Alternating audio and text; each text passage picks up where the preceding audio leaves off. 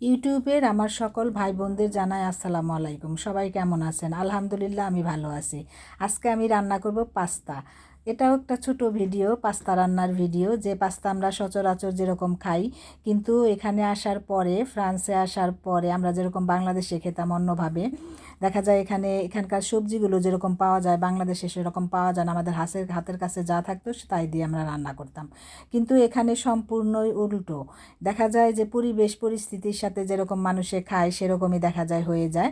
এই তো আজকে আমি ক্যাপসিকাম, এখান তো অ্যাভেলেবল, এখানে মনে হয় যেন শাক সবজি আমরা বাংলাদেশে যেরকম শাক সবজি কিনে খাই এখানে পাওয়া যায় ক্যাপসিকাম, বড় মরিচ, তারপরে লালটা সবুজ, এই সব সবজিগুলো অনেক বেশি পাওয়া যায়।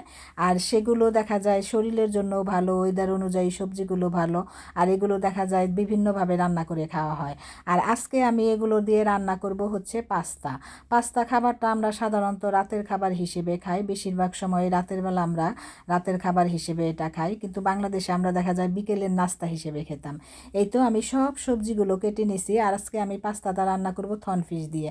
থনফিশ যদিও আমাদের বাংলাদেশে তেমন পরিচিত না, কিন্তু এখানে অনেক বেশি থনফিশ খাওয়া হয়। পাস্তা আমরা বিভিন্নভাবে মাংস দিয়ে, মুরগি দিয়ে, বিভিন্নভাবে কিমা দিয়ে বিভিন্নভাবে খেয়ে ফেলতে পারি, কিন্তু এখানে আমি করব। আর এখানে আমার পাস্তাটার যেটা আমিও করব, যেহেতু ফ্রান্সে এখন অনেক বেশি তাপমাত্রা, 42 ডিগ্রি 43 ডিগ্রি পর্যন্ত উঠে যাচ্ছে, চুলা জ্বালানো যেন দায় হয়ে যাচ্ছে। আর এখানে আমি চুলা জ্বালানো দায় হওয়াতে এখানে আমি পাস্তাটা চুলা আর অন্যবার জ্বালাবো না। এগুলো হচ্ছে আমার ফ্রোজেন যে ক্যাপসিকাম আর বড় মরিচগুলো ছিল, লাল মরিচগুলো আমি ফ্রোজেন করে রেখেছিলাম, সেগুলির 2টা কিউব আমি দিয়ে দিলাম, যেগুলো আমি ফ্রোজেন করে রেখেছিলাম। তার ভিডিও আমার চ্যানেলে আছে, ইউটিউবের চ্যানেলে আছে। আমি এগুলো সব কিছু মশলা টশলা সব কিছু দিয়ে, একটু আদা রসুন দিয়েছিলাম, দিয়ে কষিয়ে আমরা বাঙালিরা যেভাবে রান্না করি সেভাবে দিয়ে আমি থনফিশ দিয়ে দিলাম। আমি আজকে কৌটার কোনো যে ইটা আছে, টমেটো যে সসটা আছে কৌটার, এটা লুডুসের জন্য আলাদা একটা কৌটা পাওয়া যায়, সেটার মধ্যে আবার এত কিছু মশলা দিতে হয় না, ওটা দিয়ে দিলেই হয়। আর যেহেতু আমরা বাঙালি, দেখা যায় নিজেদের মশলা টশলা না দিলে আমাদের খাওয়াই হয় না, মানে লুডুসের খাওয়া যেন স্বাদটাই আমরা পাই না। যার জন্য আমি নিজের মতো করে একবার, যেহেতু গরমের সময় সে সময় আমি হালকা একটু মশলা দিয়ে, বেশি সবজি যেহেতু খাওয়া হয় না, এই জন্য আমি এই ক্যাপসিকাম এগুলো দিয়ে সব কিছু দিয়ে পাস্তাটা রান্না করলাম। এই পাস্তাটা সম্পূর্ণ অন্যরকম, আমরা বাঙালিরা যেভাবে পাস্তা খাই সেরকম না। বলতে পারেন যে আমি আবার কি অন্য কিছু রেসিপি দেখে শিখেছি, তা না, এসব দেখে শিখি নেই, কিন্তু এখানকার সবজি যেরকম সচরাচর যেগুলো পাওয়া যায় সেগুলো দিয়ে আমি রান্না করলাম। এই তো সাথে আবার এটা ফ্রোজেন যে আছে সেটা আমি দিয়ে দিলাম।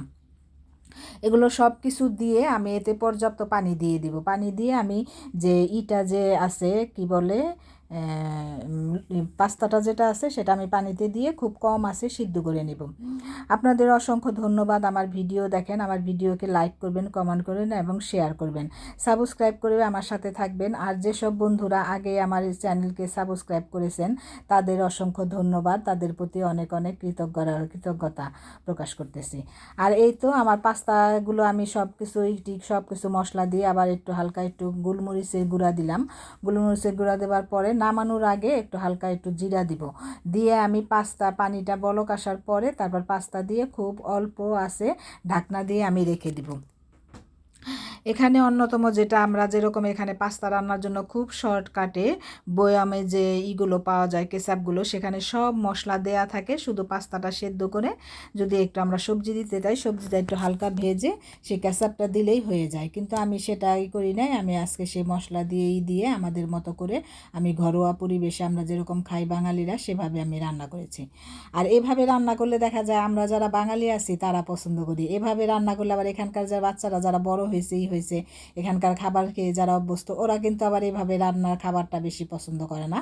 ওরা আবার দেখা যায় কেনা ওই যে অরিগ্যানো দেওয়া থাকে, দেওয়া থাকে, বয়মে যে কেচাপগুলো থাকে পাস্তা রান্নার জন্য আলাদা যে এইগুলো পাওয়া যায় কেচাপগুলো, সেগুলো দিয়ে আবার খেতে ওরা বেশি পছন্দ করে। এভাবে আর কি করা হয়।